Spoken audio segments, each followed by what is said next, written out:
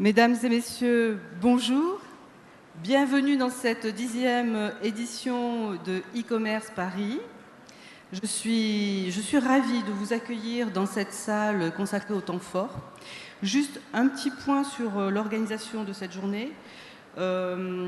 Juste avant, je m'appelle Annie Lichner, je suis journaliste spécialisée dans le digital marketing. Et un petit point donc sur l'organisation de cette journée.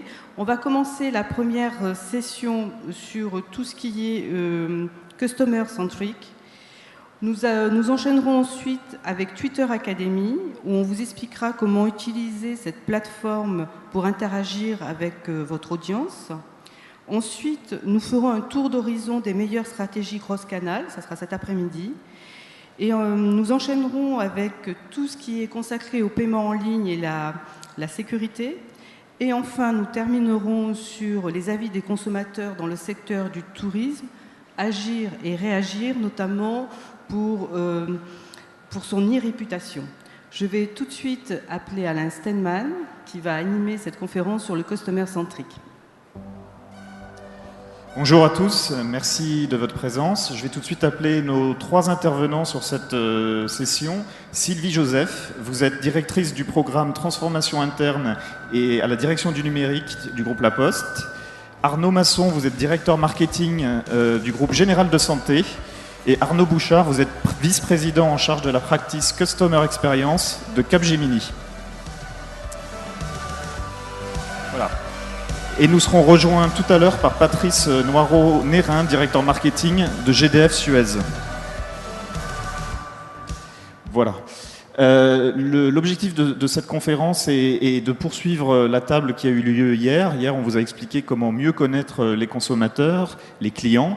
Et maintenant, on va essayer de se demander comment mieux organiser en interne, s'organiser pour mettre le client au centre de ses préoccupations. Et même peut-être créer un poste de Chief Customer Officer. Et c'est Arnaud Bouchard qui va nous expliquer tout ça. Bonjour à tous. Cliquez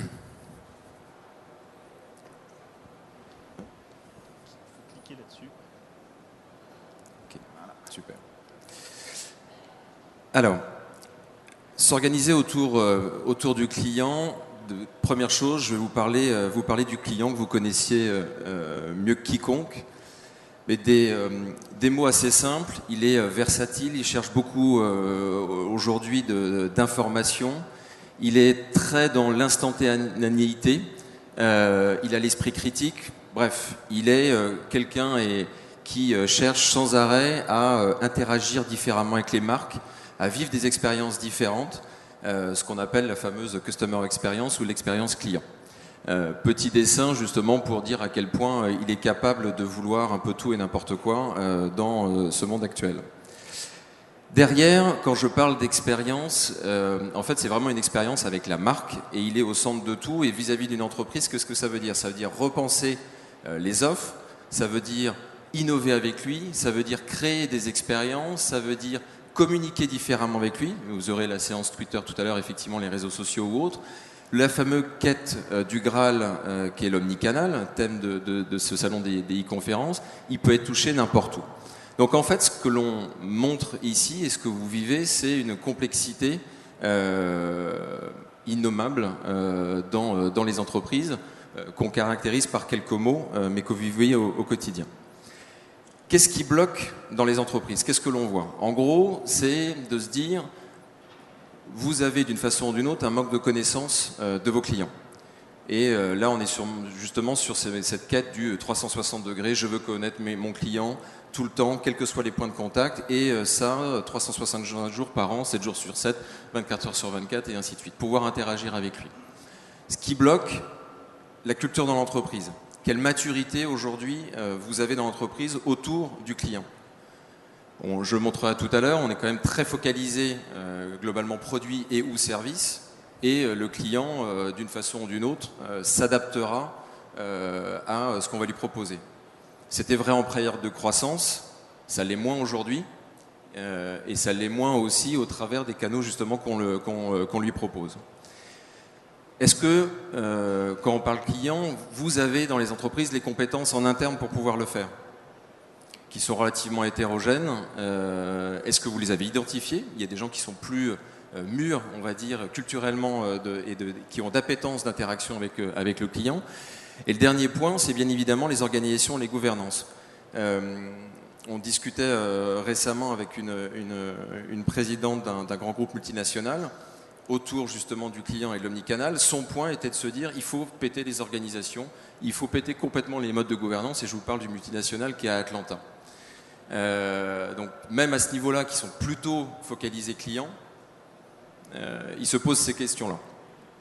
Alors, le rôle du directeur marketing, et on en a ici, et Patrice Noirenéen va nous rejoindre tout à l'heure. En fait, la question que vous devez vous poser, c'est quel est votre driver dans l'entreprise? Est-ce que je suis tourné produit parce que je suis bon dans mon produit? Ou est-ce que je vais tourner mon organisation d'un point de vue client?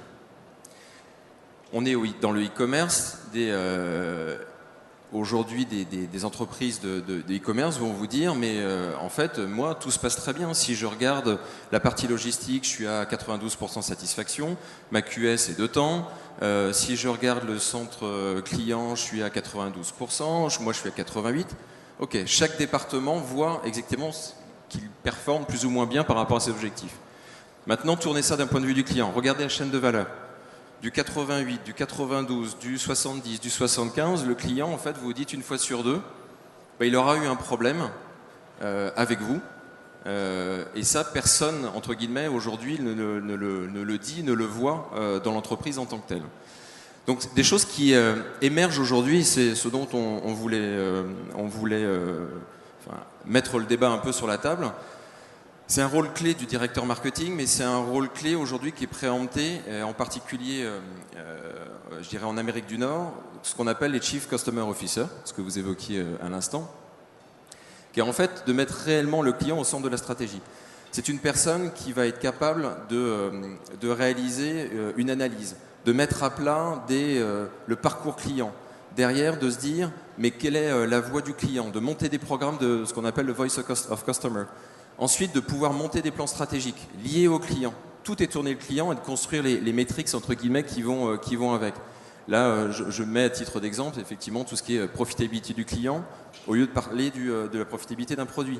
C'est de se dire je focalise sur le capital du client en lieu et place ou en complément d'un capital de marque.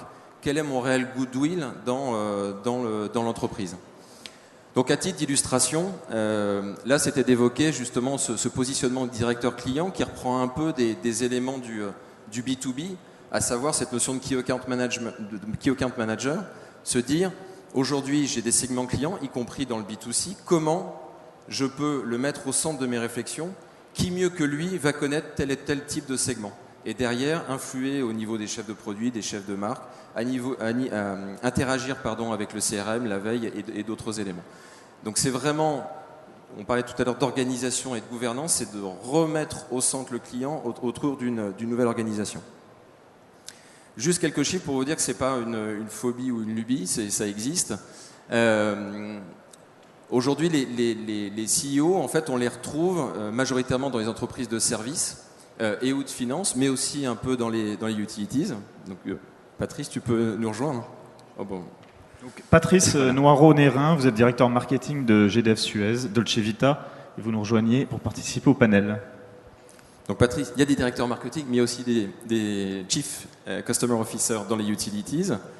D'où viennent-ils? Majoritairement de l'interne, et justement, soit des postes de directeur de business unit et ou des directeurs marketing. Pourquoi? Parce que d'une façon ou d'une autre, ils ont déjà évidemment cette appétence client.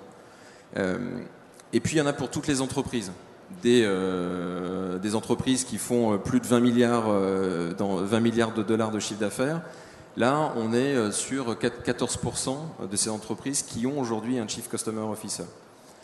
Donc voilà, donc une réalité pour poser un peu le débat en se disant nous avons des directeurs marketing à la table, il y a des transformations qui s'opèrent dans chacune de ces entreprises, et aujourd'hui la réorganisation passe par insuffler en fait un nouveau mode de fonctionnement, regarder la chaîne de valeur d'un point de vue client et pas uniquement la chaîne de valeur interne, et par la suite peut-être mettre en place justement ce type de poste. Voilà pour poser le débat. Merci Arnaud. Un petit tour de table très vite fait. Est-ce que dans chacune des 3 entreprises qui sont représentées, il n'y a pas de poste aujourd'hui de Chief Customer Officer? Est-ce que c'est quelque chose qui est envisagé ou vous envisagez de prendre en compte le consommateur, le client d'une autre façon sans monter une direction à part? Sylvie Joseph pour commencer. Alors en l'occurrence chez nous, ça existe. C'est très récent. C'est à part. Alors après, c'est pour un phénomène d'accélération, une volonté d'accélération et de bien marquer les choses.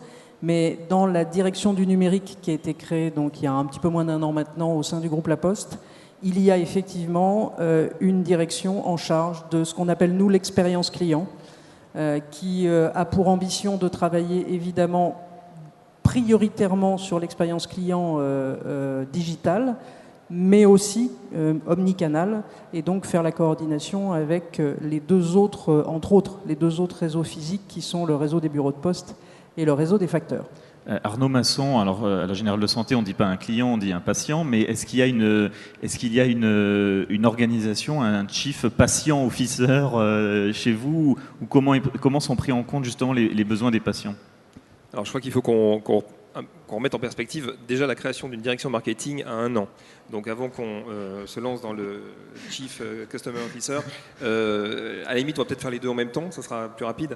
On a cette ambition, enfin en tout cas l'ambition de la création de la direction marketing pour une société comme Générale de Santé, que vous connaissez peut-être pas parce que c'est pas connu comme marque sous ce nom-là. On connaît les établissements, les cliniques, oui. On connaît les cliniques, les établissements privés. Il y a une centaine de cliniques en France, ça représente 17% d'hospitalisation privée, c'est le leader en volume de loin, en qualité, on est pas mal non plus. Donc du coup, c'est une nouveauté déjà de penser, comme vous disiez, patient-client, parce qu'effectivement le soin, ça il est le même pour tout le monde. Par contre, on commence à avoir des réflexions dans le monde hospitalier sur quel type de service segmenté on apporte à côté du soin aux patients. Et c'est là où la frontière devient assez poreuse finalement entre le patient, le client, les besoins en dehors du soin pur. Donc oui, enfin l'ambition en tout cas de la direction marketing que je représente, c'est de aussi être la voix du client à l'intérieur de l'organisation et des établissements. Patrice Noiron-Nérin, chez GDF Suez Dolce Vita, est-ce qu'il y a cette direction ou est-ce qu'il va y en avoir une? Alors, excusez-moi, je suis un peu enroué. Elle est en cours de mise en œuvre. D'abord, c'est intéressant parce qu'on est une entreprise avec beaucoup de clients. On a à peu près 10 millions de clients, ce qui est quand même assez important. C'est une entreprise qui s'appelait encore Gaz de France il y a 1 an et demi, où on traitait tous les clients exactement de la même façon. Et on a vraiment décidé de les traiter de manière différenciée. Alors, différencier en fonction de leur consommation, on peut appeler ça la valeur, différencier en fonction des étapes du cycle de vie client, différencier, ça veut dire qu'on va utiliser une approche en multicanal qui sera différente selon que ce soit un gros client ou un petit client. Donc, qui dit différencier, dit complexité. Alors, pour en arriver là, on est en train de complètement de changer notre organisation. On met en place, effectivement, aujourd'hui on est organisé ce qu'on appelle par processus. Par processus, ça permet, c'est comme une grosse usine, ça permet de mettre sous contrainte des processus. Donc par exemple, tout ce qui touche le paiement, tout ce qui touche les contacts clients. Aujourd'hui, on remet le client au centre et on va les traiter par segment. Donc effectivement, il y aura un responsable, il n'y aura pas des responsables clients, il n'y aura pas un responsable client, mais des responsables clients qui seront associés à un segment de clients, par exemple les segments premium, les segments essentiels qui correspondent à peu près aux clients moyens. Et qui dépendront de la direction marketing ? Alors non, je crois qu'il faut bien différencier à partir d'une certaine taille tout ce qui est domaine du cadrage marque, du cadrage stratégique et tout ce qui est de l'exécution. Les cadrages sont faits au niveau des marchés, donc au niveau de la délégation marché résidentiel, où il y a eu 2 personnes qui sont en train de faire tous les cadrages relationnels, les plans de contact en particulier. Et il y a une entité qui est en charge, une sorte de taux de contrôle, qui est en charge justement de la mise en œuvre. Et qui est en charge surtout du suivi de l'exécution, parce que une exécution qui est médiocre, ça veut dire une performance moyenne, ça veut dire des clients qui sont moins fidèles, et ainsi de suite. Donc il faut toujours bien différencier les deux. Sylvie Joseph, justement, à la Poste, quelle démarche vous avez choisie pour repenser l'organisation autour du client? Est-ce que vous procédez par expérimentation? Est-ce que vous avez réalisé des projets pilotes? Est-ce que vous pouvez nous en dire un peu plus sur la façon dont on met en œuvre? Alors, déjà, il ne faut pas perdre de vue que le groupe La Poste, ce sont des activités très différentes qui vont de la banque au courrier en passant par le colis ou les bureaux de poste, qu'on a donc nativement une relation avec les clients, qu'ils soient B2B ou B2C, depuis, comme quelqu'un le disait hier ou avant-hier, 536 ans. Donc on a à peu près 70% de nos collaborateurs qui sont en contact direct avec la clientèle tous les jours, soit parce qu'ils ont des fonctions commerciales, soit parce qu'ils ont des fonctions d'exécution de services qui les mettent en rapport direct avec le client ou le destinataire final, typiquement les facteurs. Donc nous, on ne s'est pas posé la question de se dire on va se transformer client avant-hier. C'est quelque chose qui néanmoins est assez natif, même si nous venons quand même d'un monde de monopole et où l'organisation n'est pas forcément avec le client au cœur, mais plutôt dans des logiques de processus d'exécution de service. Cela étant, la façon dont on a commencé à organiser, transformer progressivement les choses, et donc ça date de quelques années tout de même, c'est petit à petit de faire en sorte que ceux qui sont au contact client aient de plus en plus d'autonomie et de pouvoir de décision et donc d'impulsion sur des éléments de la stratégie. Donc on remonte. Et pour vous donner un exemple, on a organisé il y a 1 an et demi maintenant au courrier, je vais prendre cet exemple-là, des directions donc ex-direction commerciale en direction client avec des logiques de marketing opérationnel dans leur territoire. Et donc ça a permis d'accélérer un certain nombre de choses, notamment par exemple de la co-construction de produits avec les clients. Là, en l'occurrence, ce sont des clients B2B. On a également des transformations profondes, je pense qu'il aura échappé à personne, pour ceux qui vont encore de temps en temps, et il y en a dans les bureaux de poste, qu'on a complètement transformé la relation client dans le bureau de poste en modifiant l'organisation. Donc pour répondre à votre question, on y va par itération, on y va de manière extrêmement pragmatique et on le fait métier par métier en partant des logiques effectivement plutôt de contact avec le client, d'organisation commerciale, etc. et on fait remonter. Et le marketing est plutôt en support de ces approches-là. Et puis donc, je vous le disais tout à l'heure, on a créé une direction du numérique il y a un petit peu moins d'1 an. On a voulu y mettre une direction spécifique sur l'expérience client parce qu'on considère aujourd'hui que sur le plan du numérique, l'expérience client n'est pas parfaite, loin de là, pour ceux qui consomment nos produits. Donc on a une grosse amélioration à apporter. Il va d'ailleurs y avoir quelques éléments signifiants le 21 octobre. Donc vous pourrez consommer nos produits sur le net de manière beaucoup plus aisée et avec un seul identifiant mot de passe, par exemple, pour ceux qui ont l'habitude d'avoir plusieurs interactions avec nous. Et on a donc cette expérience client, cette direction de l'expérience client qui a pour but non seulement de l'améliorer sur le plan digital, mais également de la travailler cross-canal, puisque nous, en fait, notre organisation repose sur 3 grands actifs, que sont le réseau physique fixe, les bureaux de poste, le réseau physique mobile et bientôt connecté, les facteurs, puisqu'ils vont être dotés d'un smartphone. Donc les 85 000 facteurs seront dotés d'un smartphone à fin 2015. Donc là, c'est progressif. Donc il y aura beaucoup plus d'interactions avec le client aussi pour les facteurs. Et puis le réseau, évidemment, web, mobile ou fixe. Et donc tout ça, ça doit interagir énormément. Et ça doit effectivement être complètement sans couture, sans rupture pour le client qui consomme nos produits ou nos services. Patrice, vous avez procédé par expérimentation cette transformation dont vous nous parliez il y a quelques instants, la mise en place de ces directions clients. Comment ça a été mis en place? Est-ce que vous avez fait des tests dans certaines régions?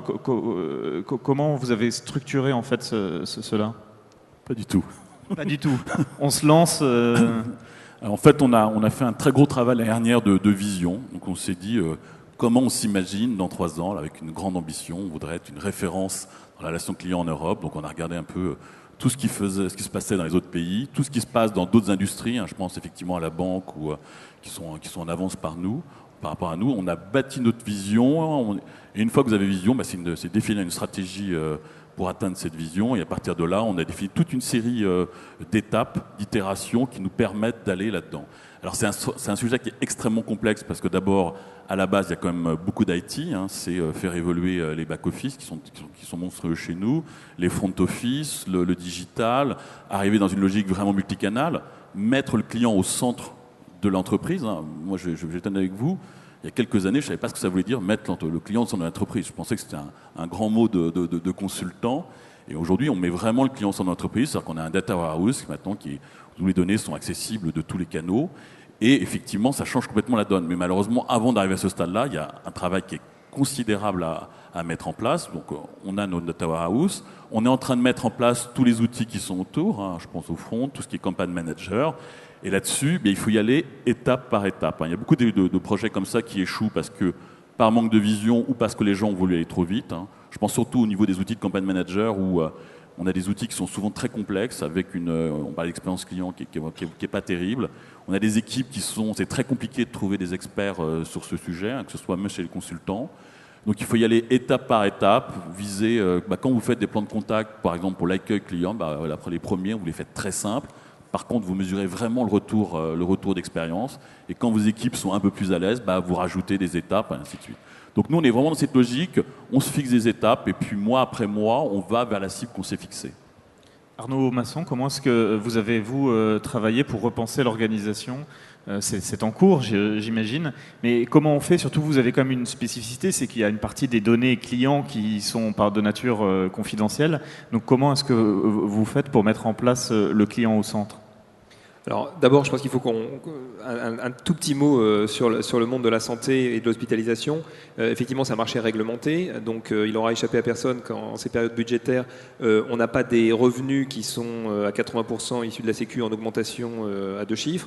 Par contre, les coûts, eux, augmentent beaucoup. Donc d'où la nécessité de trouver des relais de croissance via le service. Ça, c'est la croyance et la stratégie portée par Pascal Rocher et Filippo Monteleone, le directeur général délégué de Général de Santé, pour aller justement trouver les moyens d'investir dans notre avenir.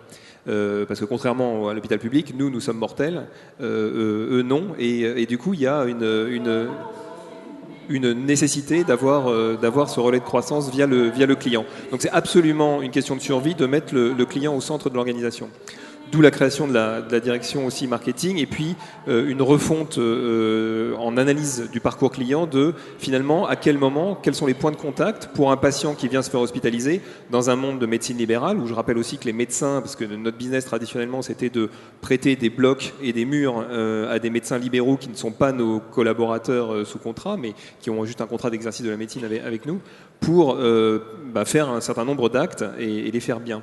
Donc le patient, à un moment donné, est amené plutôt dans une relation B2B via le médecin et le pari et en même temps le vecteur de croissance de Général de Santé, c'est d'avoir directement maintenant cette connaissance et cette relation avec le patient au plus tôt pour pouvoir lui proposer l'offre de base en soins et 2, l'offre de services associés, parce qu'on est convaincu que le soin seul ne suffira plus à faire un choix, faire un choix au patient, mais le service va être un élément de choix important.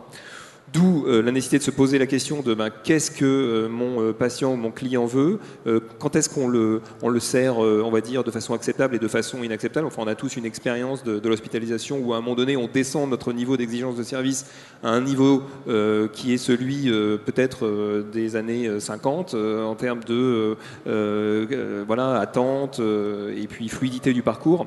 Donc l'idée, c'est de remettre et de réinjecter de la modernité dans ce parcours.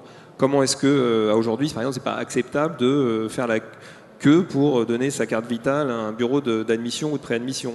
On pourrait imaginer une digitalisation de ce parcours. Alors, ça pose effectivement la question des données, de la confidentialité des données. On a des contraintes juridiques très importantes, mais c'est pas une raison pour ne rien faire. Et on s'est posé la question de façon sérieuse là, depuis un an. Et nous, on fonctionne beaucoup par pilote. C'est-à-dire qu'effectivement, on va mettre en place des pilotes qui vont permettre de faire ces nouveaux processus avec les médecins, avec l'organisation interne de l'hôpital, pour pouvoir fluidifier, aider, donner du service, faire un peu la hassle map du client et enlever à chaque fois les inconvénients en fait, qu'on a dans notre parcours actuel. Donc c'est une refonte totale, et c'est vrai que la grosse difficulté, finalement, on parlait des difficultés de logiciels, de mise en place d'outils, ça c'est vrai, mais la plus grosse difficulté pour nous, c'est la conduite du changement qui va avec. Parce qu'on est dans un mode de fonctionnement qui est celui de l'hospitalisation, qui est finalement calqué sur un modèle qui date plus ou moins du Moyen-Âge, où on mettait des gens dans des lits pour les soigner. Maintenant, c'est plus du tout ça. De plus en plus, il y a une ambition d'aller en plus vers de l'ambulatoire. Donc, vous rentrez le matin, vous ressortez à midi ou le soir, même pour des opérations assez costauds. Donc, vous devez quelque part penser la logistique, penser la fluidité du parcours avec les nouveaux outils, et c'est ça en fait, mettre le client et le patient au centre des préoccupations. Et les pilotes, vous les réalisez au niveau d'une clinique ou c'est au sein de plusieurs cliniques? Comment vous organisez ces pilotes? Nous, on a effectivement une centaine d'établissements, mais on va dire qu'à 80%, notre cœur de métier, c'est la chirurgie, ce qu'on appelle le MCO, médecine, chirurgie, obstétrique. On a un peu de soins de suite, réadaptation, et puis des cliniques psychiatriques. Sur le cœur de métier qui est la chirurgie, on a une cinquantaine d'établissements, et chaque établissement, puisque la logique de la santé c'est une logique de territorialisation, a souvent ses particularités. Le groupe s'est constitué aussi par rachats successifs, donc d'un point de vue informatique on a des disparités, donc c'est aussi pour ça qu'on veut créer une certaine couche d'homogénéisation, mais qui a forcément une adaptation locale. Donc on est obligé de faire le site pilote et de voir quels sont les éléments ensuite qui seront mutualisables à l'ensemble du groupe. Est-ce que vous pouvez nous donner deux exemples de pilotes qui ont été faits justement depuis cette année? Alors depuis cette année, on a mis par exemple en place tout simplement une offre de chambres particulières segmentée sur le service. Avec 3 niveaux de services différents. En gros, on a fait des classes. Moi, je viens du transport, donc d'Eurostar, par exemple, pour pas le citer, mais on a fait des classes Eurostar dans nos chambres particulières basées sur le service. Où, en gros, selon vos choix, votre goût pour tel ou tel type de service, vous pouvez augmenter la prestation sur des services de type hôtelier ou de type restauration, qui accompagnent le soin dont vous bénéficiez. Ça a très bien marché. On a fait ça même en Seine-Saint-Denis, où je rappelle que Général de Santé, en tant que groupe privé, est quand même le premier offreur de soins du 93, puisqu'on a 7 établissements dans le département. Et nous, on a pu constater le fait de segmenter l'offre, ce qui est assez, on va dire, contre-intuitif par rapport à la culture soignante, qui est vrai que de donner un soin de qualité à tout le monde, et ça c'est bien normal, mais ensuite de segmenter l'offre commerciale, il a fallu expliquer. Et maintenant, on a des résultats à la fois commerciaux et même en termes de cohésion d'équipe au niveau de l'établissement qui est assez intéressant. Donc ça, c'est le premier exemple. Le deuxième exemple, ça va être tout ce qui va être création en fait, d'une base de données praticiens et patients pour justement mieux connaître dans un établissement d'où viennent les patients, par qui ils sont adressés et quel type de service consomment-ils ou ils aimeraient consommer. Voilà. Donc on est en train de mettre en place ce prototype dans l'Est parisien. Sylvie Joseph, vous pouvez nous donner des exemples de pilotes qui ont été faits, de réalisations phares de ce que vous avez pu faire, et puis aussi peut-être des petites choses qui vont arriver. Là, vous nous parliez de choses qui allaient arriver fin octobre. Alors, en matière de transformation, donc sur l'orientation client, je peux vous en citer 4 parmi beaucoup d'autres, mais il faut faire des choix. Je vous évoquais le bureau de poste, qui est probablement une des transformations de ces dernières années les plus emblématiques, puisqu'on a complètement transformé dans un peu plus de 2000 bureaux de poste, qui sont les plus importants, la relation client et la relation de proximité avec le client ou avec l'usager du bureau. Et au passage, puisque c'était quand même l'objectif principal, on a supprimé les files d'attente pour les opérations simples. Et donc aujourd'hui, vous attendez moins de 3 minutes quand vous venez chercher un courrier recommandé, un colis, etc. Donc ça, il y a eu un vrai travail, comme je le disais tout à l'heure, d'itération avec les équipes. Alors nous, on est parti du terrain, on a travaillé avec le terrain, et les fonctions support ont contribué pour faire en sorte que le sujet s'organise bien. Mais c'est vraiment le terrain qui a façonné le nouveau bureau de poste qu'on voit aujourd'hui. Un deuxième exemple, je l'évoquais tout à l'heure également, c'est la mise en connexion des facteurs. On a estimé qu'aujourd'hui, dans la mesure en plus où c'était un réseau mobile, c'est un réseau mobile par nature, il ne pouvait plus être déconnecté et ne travailler qu'avec du papier. Et donc, à la fois pour simplifier son métier et pour accélérer et enrichir l'interaction qu'il a avec les destinataires à qui il porte les courriers ou les colis, et quelquefois avec des procédures complexes, on a décidé de l'équiper donc d'un smartphone qui embarque tous les éléments de sa tournée, mais qui permet aussi évidemment de faire de la capture d'informations, de faire par exemple de la signature authentifiée biométrique ou des choses comme ça. Et donc ça va complètement révolutionner le métier de facteur, et ça va aussi lui permettre d'être beaucoup plus, ça va nous permettre d'être beaucoup plus en adéquation avec les besoins des destinataires. C'est-à-dire quand vous aurez envie ou besoin de changer le lieu de réception d'un colis ou d'un courrier, sous réserve de nous prévenir quand même quelques heures avant, vous pourrez interagir et effectivement on pourra opérer ce choix. C'est d'ailleurs quelque chose qui se fait dans d'autres pays européens dans la partie colis, et ça s'appelle Predict, et donc ça permet de repositionner une livraison en fonction des besoins ou des choix du client. Je citerai aussi deux derniers exemples.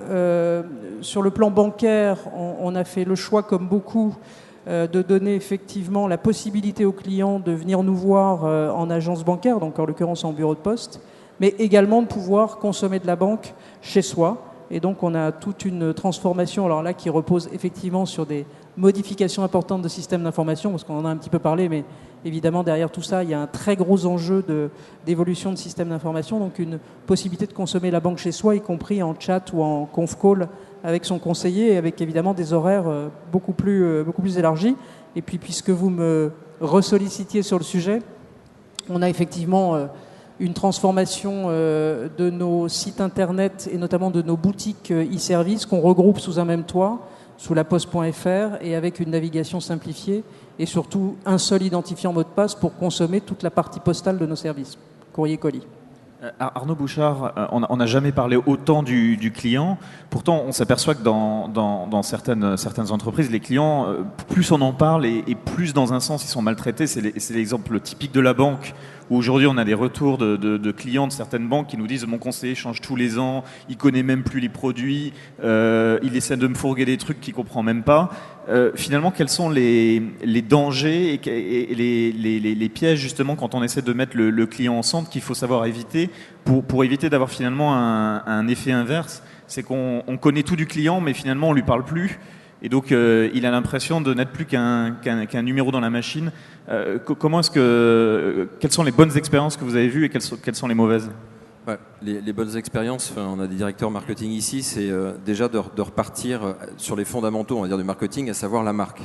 Et de se dire, la marque, elle a des valeurs, des promesses, et derrière, comment je vais la décliner vis-à-vis de mon client. Ça, c'est le premier point.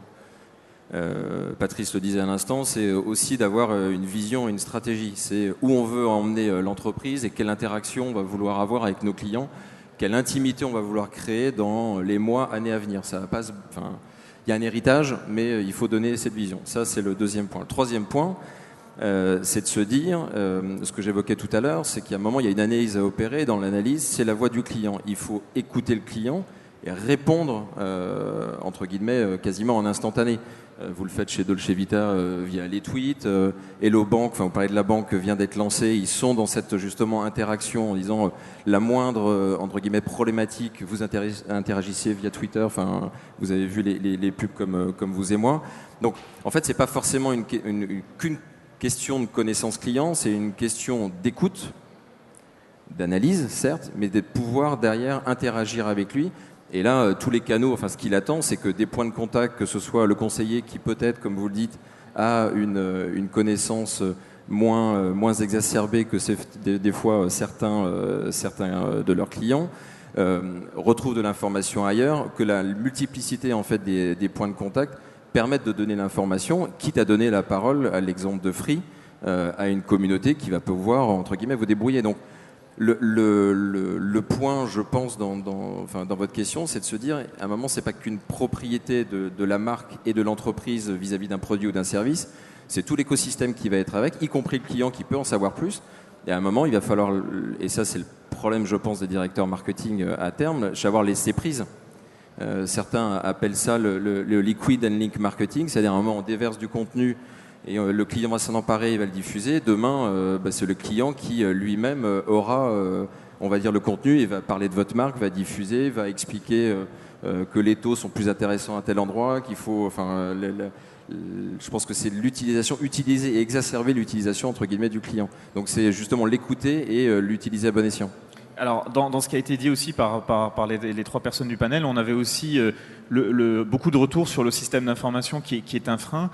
Comment est-ce que les entreprises peuvent contourner ce frein et pour pas rester bloquées derrière le système d'information? Parce que c'est toujours un peu ennuyeux qu'on nous dise tout le temps. Ça fait pas une très bonne pub en plus pour les nouvelles technologies, puisque chaque fois on dit non, comprenez, notre truc c'est tellement de mauvaise qualité que ça nous a fait perdre 6 mois dans les projets. Comment est-ce que vous aujourd'hui vous encouragez de mener les projets pour que le système d'information soit un frein minimum? Alors, il y a plusieurs, je pense, exemples qui ont été cités. Il y a la notion de pilote où, y compris sur le système d'information, on peut complètement déconnecter des systèmes actuels et se dire derrière, on teste dans notre coin, entre guillemets, on prend un segment de client, on le teste à part. Il y a ce qu'on appelle, nous aussi, la notion de mise sous cloche, c'est-à-dire Arnaud Masson parlait tout à l'heure de pilote d'un hôpital ou d'une clinique. C'est de se dire on peut donner un cadrage à une clinique ou à un hôpital et derrière lui c'est complètement la main mise sur l'exécution, le cadrage stratégique a été fait et utiliser les systèmes d'information qu'il a à disposition et après le point c'est ne pas en faire un élément entre guillemets bloquant, utiliser les assets que vous avez, d'où l'analyse que j'évoquais tout à l'heure à la fois du client mais tous les assets de l'entreprise et de se dire on va faire avec, on lance, de toute façon entre guillemets on n'a plus le temps donc à un moment on fait avec ce qu'on a. On a la vision que Patrice évoquait, on sait où on va aller, il y a une feuille de route, mais il y a un moment, il faut y aller, quoi. Le client n'a plus le temps d'attendre. D'accord. Et est-ce qu'on peut donner parmi tous les cas que vous avez vus, même d'entreprises nord-américaines, quels sont à votre avis justement des exemples de pilotes intéressants qui pourraient intéresser les personnes dans la salle, de réalisations qui ont été faites en termes de pilotes dans des entreprises pour remettre justement le client au centre des préoccupations et qui aujourd'hui finalement seraient un peu des exemples à suivre? Alors, après c'est toujours difficile de parler de nos clients, mais pour moi il y a un bon exemple, je pense, c'est ce qui a été fait, les dépôts de bagages à Orly, donc c'est à la fois Aéroport de Paris et Air France, de repenser complètement, de remettre le client au centre en disant mais il arrive, qu'est-ce qui va se passer? Donc vous avez maintenant des dépôts de bagages complètement automatiques. Arnaud parlait tout à l'heure de checking, entre guillemets, vous arrivez, vous avez tout sur votre iPhone, vous le déposez. C'est un peu, entre guillemets, un peu lunaire, je ne sais pas si vous avez déjà fait ce truc-là.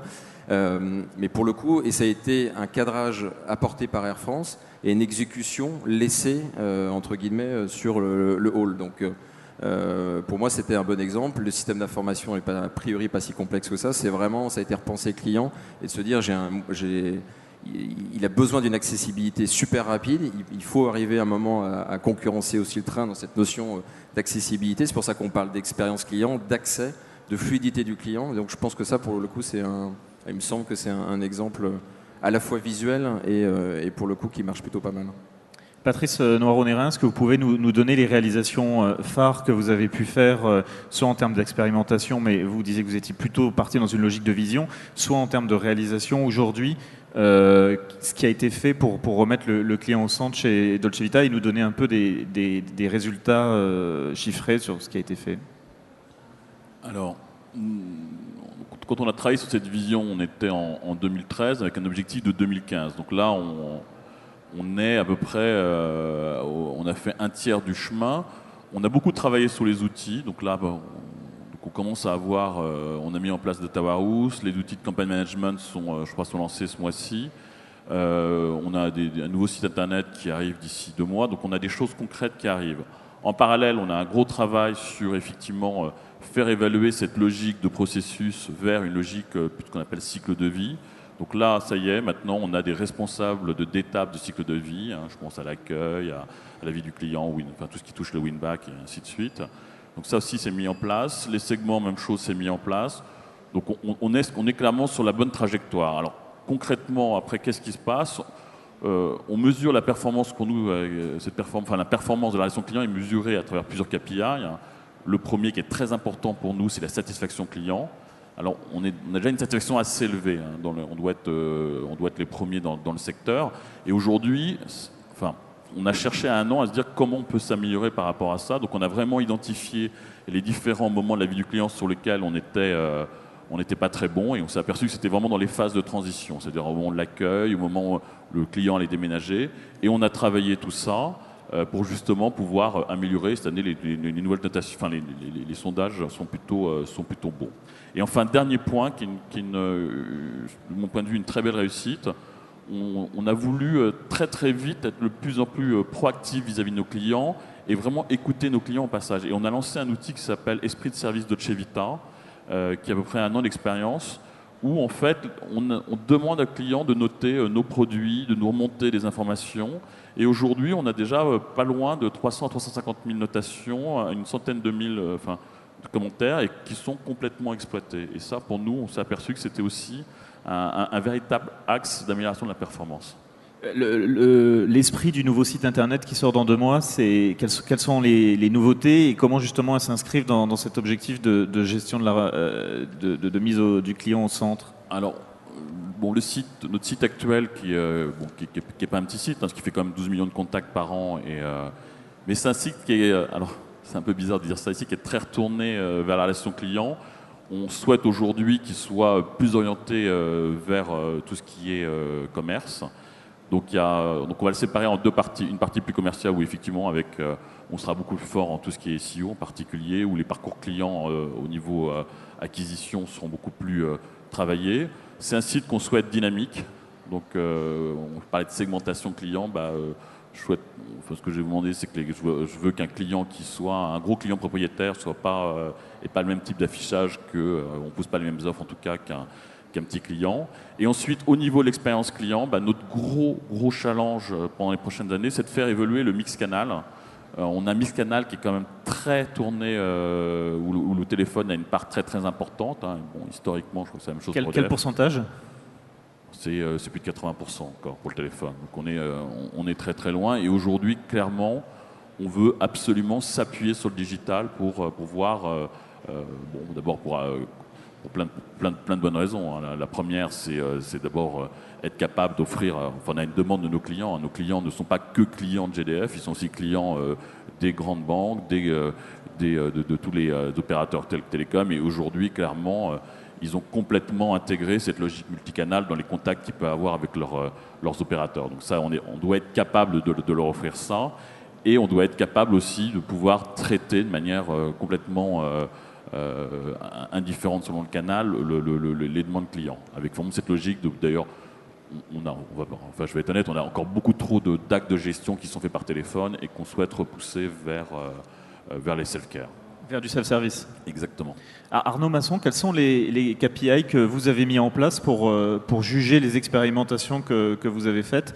Il y a évidemment la satisfaction. Est-ce qu'il y en a d'autres? Comment vous les mesurez? Quels sont ceux qui sont les plus importants pour vous aujourd'hui? Alors, comme disait Arnaud Bouchard, c'est vrai qu'il faut revenir aux fondamentaux de chaque métier, parce que c'est quand même pour ça qu'en premier lieu, les gens viennent. C'est d'abord pour se faire soigner, en ce qui nous concerne. Donc, par exemple, qu'est-ce que ça veut dire être satisfait? Comme les gens ne sont pas forcément tous médecins, c'est difficile d'évaluer la satisfaction post-opératoire sur l'acte médical. Donc, ce qui va compter, ça va être beaucoup le reste. On mesure la restauration, on mesure la chambre, un certain nombre de critères qui sont d'ailleurs obligatoires de façon réglementaire, mais qu'on va essayer nous de traduire via un seul indicateur qui, sur une méthodologie de NPS, va nous indiquer la recommandation et pourquoi on nous a mis cette note. Histoire de, avoir un outil simple de mesure. Les gens, et en particulier les scientifiques, que sont les médecins, réagissent bien à un indicateur chiffré. Et puis, ça permet aussi d'avoir un plan d'action rapide. Après, ça va être la question du délai entre la captation de cette donnée et comment est-ce qu'on agit sur le client pour pouvoir dire vous êtes très content, merci, parlez-en sur Facebook ou sur Twitter, ou vous n'êtes pas content, qu'est-ce qu'on peut faire pour vous aider. Ça, c'est le point numéro 1. Et puis après, c'est de revenir sur des fondamentaux aussi métiers et le faire savoir, tout simplement. Par exemple, on parle beaucoup des urgences, il y a beaucoup de débats en ce moment sur les urgences. Nous, on a mesuré le temps d'attente à nos urgences. Entre le moment où vous arrivez, vous êtes pris en charge, ou vous êtes orienté soit sur une filière courte, soit une filière longue. Par exemple, dans l'hôpital privé d'Antony, c'est 12 minutes. Ça, c'est pas très connu qu'il y a des urgences qui vous orientent en 12 minutes. et qui prennent tout le monde, qui ont des taux de CMU comme le reste de l'hôpital public. Donc l'idée, c'est de le faire savoir aussi par des moyens peut-être modernes pour pouvoir dire, savez-vous que donc là, si jamais vous aviez un accident, ce que je vous souhaite pas dans cette salle, vous avez peut-être presque intérêt à aller à Antony plutôt que d'aller à l'hôpital public le plus proche. Non pas que voilà, c'est des choses qu'on ne sait pas forcément dans notre métier. Donc c'est faire savoir ces KPI métiers et ensuite mesurer en interne pour le partager avec les soignants, avec le personnel administratif, de façon à ce qu'on crée des boucles d'amélioration très, très, très rapides sur des points bien précis, plutôt que d'en faire un plan global stratégique en disant, voilà, là, améliorer la satisfaction client de 2 points, finalement, qu'est-ce que ça veut dire ?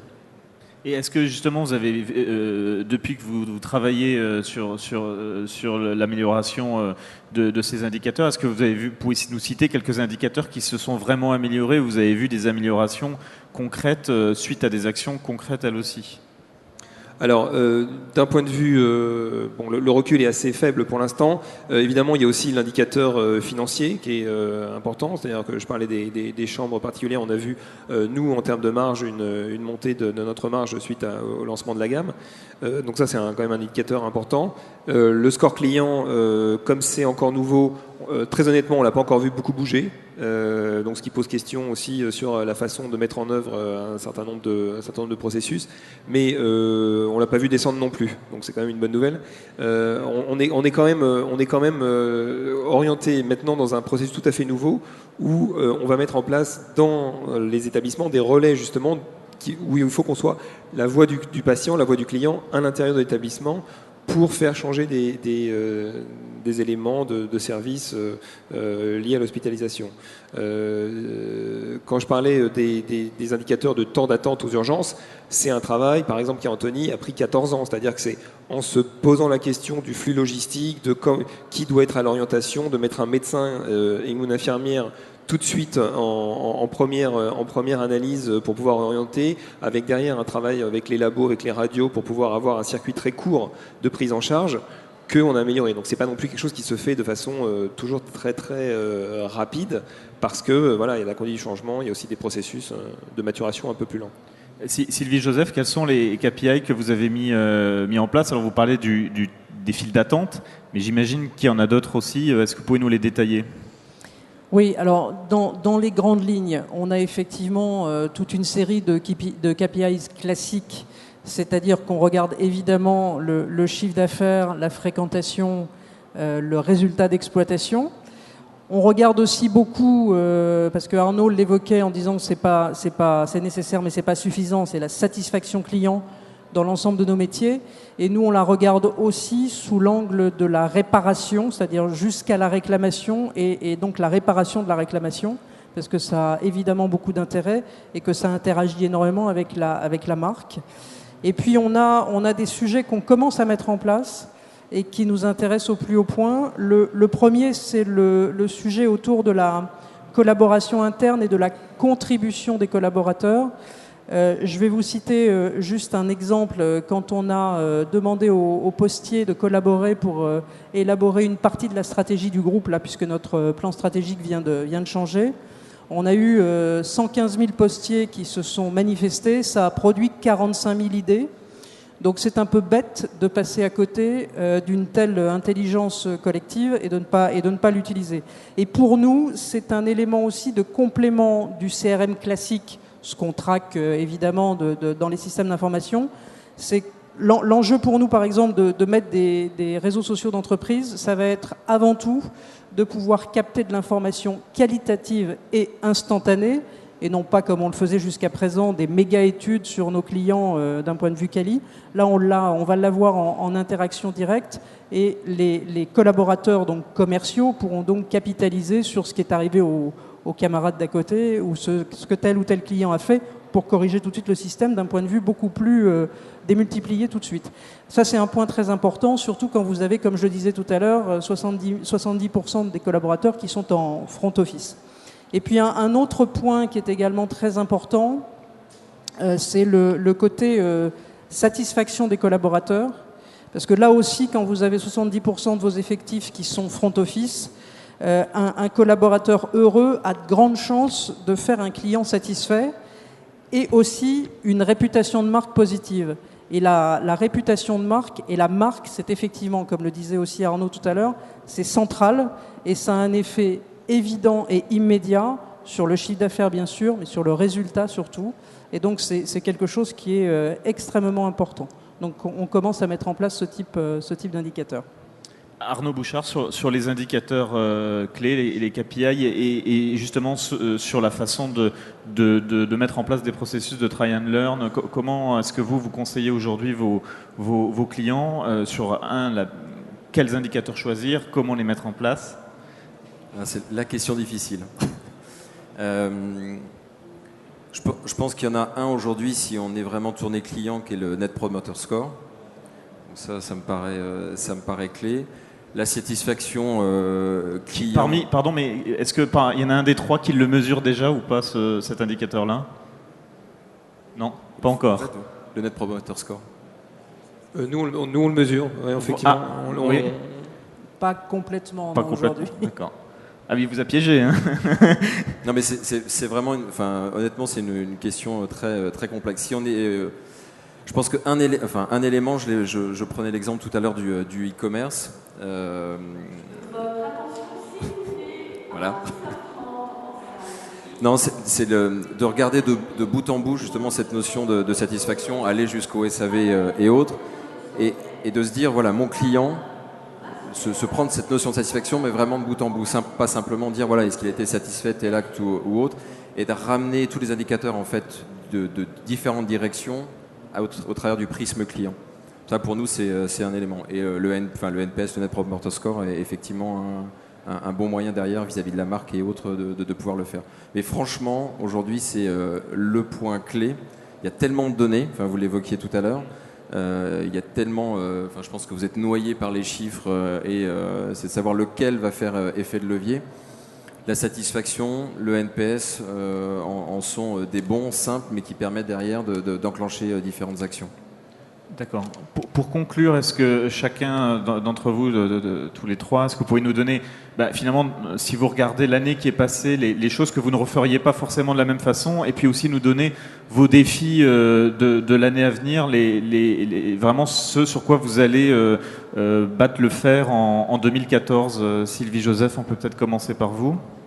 Objectivement, ce qu'on ne referait pas, je ne sais pas, parce que comme on a beaucoup expérimenté à partir du terrain, ça aurait peut-être pu se faire d'une autre façon, mais je ne pense pas qu'on puisse regretter quoi que ce soit aujourd'hui, à part une chose peut-être, qui est qu'il faut clairement, et ça sera le leitmotiv de 2014 et de 2015 probablement aussi, il faut qu'on accélère de manière extrêmement significative sur le fait de mettre le client au cœur de nos organisations. Et donc, il faut probablement qu'on aille encore plus loin sur l'évolution des organisations et la collaboration et la synergie entre les différentes activités. Arnaud Masson. C'est un peu similaire. Moi, je dirais que le fait de mettre le client au cœur est de toute façon incontournable pour nous. Ce qu'on pourrait faire un peu différemment, c'est essayer de le partager dans les différentes strates de l'organisation évidemment plus vite. Et en même temps, ça se heurte nécessairement au temps qu'il faut pour que le changement pénètre. Donc on peut le souhaiter comme ça de façon incantatoire. Je pense qu'il y a un temps incompressible aussi pour que ça descende jusqu'au lit du patient, qui est véritablement là où ça se passe. Donc tout ce qu'on peut faire, c'est organiser de façon la plus rapide possible pour apporter un support. Mais le premier marketeur, c'est l'infirmière, c'est l'aide-soignante qui, dans nos métiers, va conduire à la recommandation qu'on souhaite capter et mesurer. Et ensuite, nous, on est là dans un rôle de facilitateur pour leur apporter toute l'aide nécessaire. Donc oui, on va continuer, on va déployer, on va pousser, et puis ça va prendre effectivement plusieurs années. Et votre principal objectif sur 2014 ? Je vous l'ai dit, c'est déployer le pilote. On a fait une logique de pilote, maintenant on le déploie dans les 50 MCO, donc là c'est une logique industrielle. Après il faut le faire de façon quasiment mécanique, mais en même temps en prenant en compte les particularités de chaque établissement, et puis capter la data sur un pilote pour ensuite voir comment est-ce qu'on l'étend au reste du groupe. Patrice, chez GDF Suez, ce que vous ne referiez pas forcément de la même façon et votre grand défi de l'année 2014 ? Moi, j'ai la chance, c'est la deuxième fois que je fais ce projet, donc je pars avec avec pas mal d'expérience. Moi, il y a quelque chose qui est très très important, c'est l'exécution. Alors, on parle beaucoup, effectivement, j'ai beaucoup parlé de vision, de stratégie, mais l'exécution est quand même à la fin ce qui, si l'exécution ne suit pas, ça sert à rien d'aller dans l'étape suivante. Donc moi, si j'ai un conseil à donner, c'est vraiment y aller étape par étape, en vérifiant bien qu'au niveau exécution, on a bien atteint le niveau sur lequel on doit être. Arnaud Bouchard, le principal des défis des entreprises sur l'année qui vient, justement, à votre avis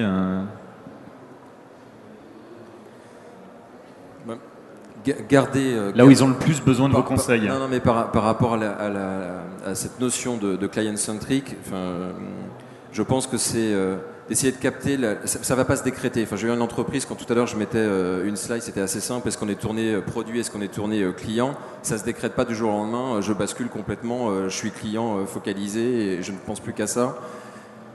C'est un long chemin et donc il y a une notion de maturité en termes de culture. Ça, c'est un premier élément. Et le deuxième élément, je pense, en termes de conseil, c'est quelle autorité, en fait, qui va prendre cet élément de pouvoir et cette voix du client et la granularité, l'autorité qu'il va avoir.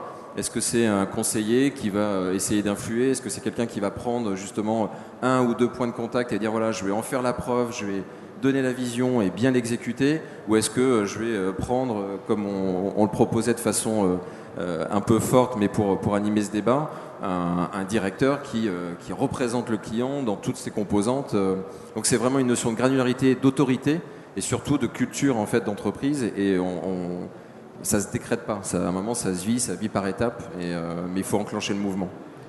Merci à vous quatre pour votre intervention. Alors comme vous l'avez entendu, parce qu'on nous l'a crié dans les oreilles, à 10h30, il y a la Twitter Academy dans la même salle.